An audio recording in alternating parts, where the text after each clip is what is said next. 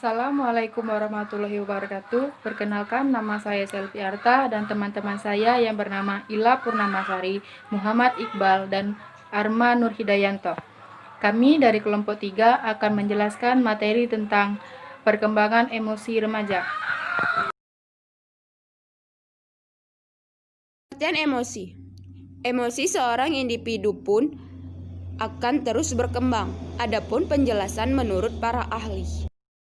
Menurut Kaplan, dalam The Story of Psychology, emosi adalah sebagai suatu keadaan yang terangsang dari organisme mencakup perubahan-perubahan yang disadari, yang mendalam sifatnya dari perubahan perilaku.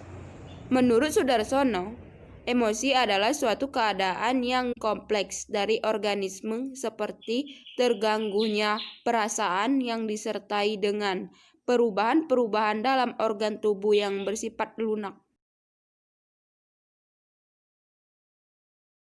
2. Kekasan emosi remaja. Masa remaja adalah masa ketika emosi mulai meninggi.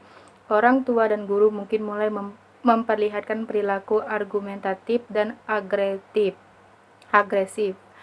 Karena emosi yang tiba-tiba dan instan, remaja juga memiliki sifat mementingkan diri sendiri. Mereka sibuk dengan diri mereka sendiri karena mereka mulai mengembangkan rasa diri.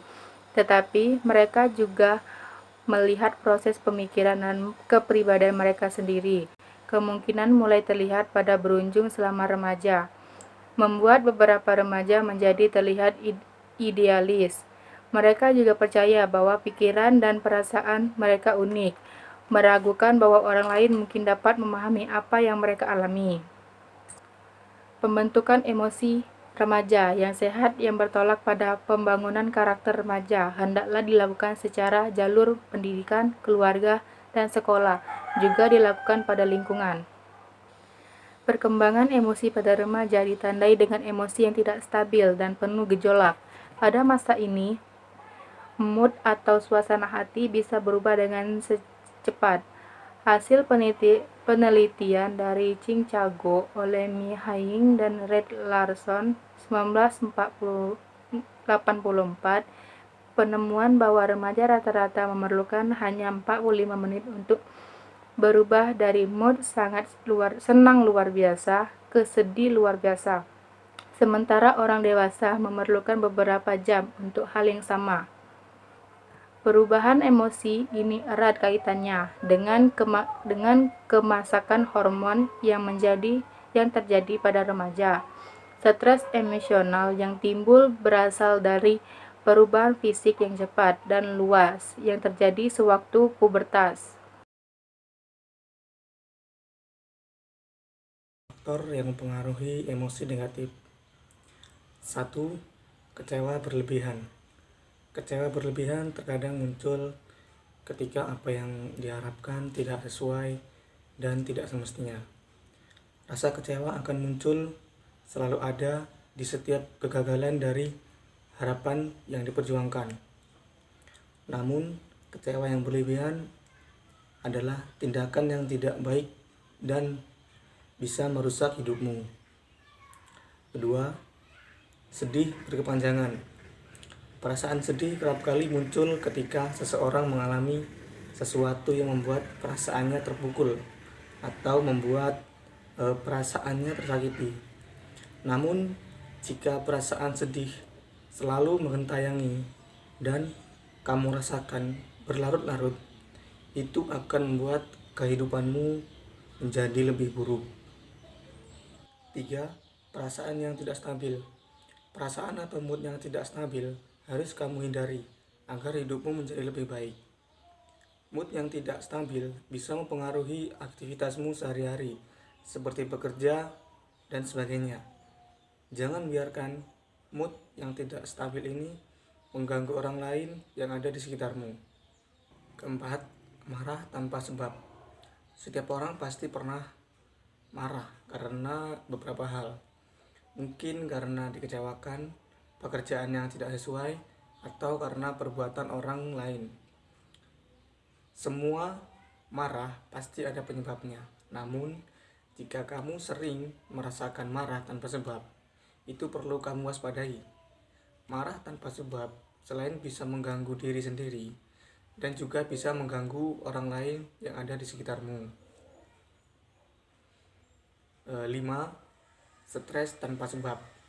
Stres adalah suatu perasaan yang sering terjadi karena jenuh, dan keadaan stres juga bisa terjadi karena tekanan yang tidak bisa terkontrol atau berlebihan yang menimpa diri kamu. Namun, jika kamu mengalami stres tanpa sebab dan muncul secara tiba-tiba, kamu patut berhati-hati. Pikirkanlah hal-hal positif yang bisa membuat kamu lebih tenang dan bahagia, sehingga perasaan stres itu bisa teratasi dan tidak mempengaruhi kehidupanmu.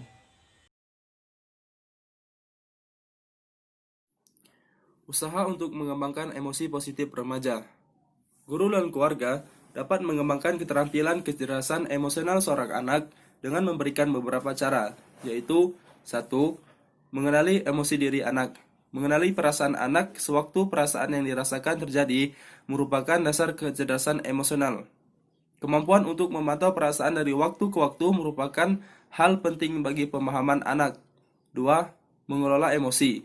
Menangani perasaan anak agar dapat terungkap dengan tepat. Kemampuan untuk menghibur anak, melepaskan kecemasan, kemurungan, atau ketersinggungan, atau akibat-akibat yang muncul karena kegagalan.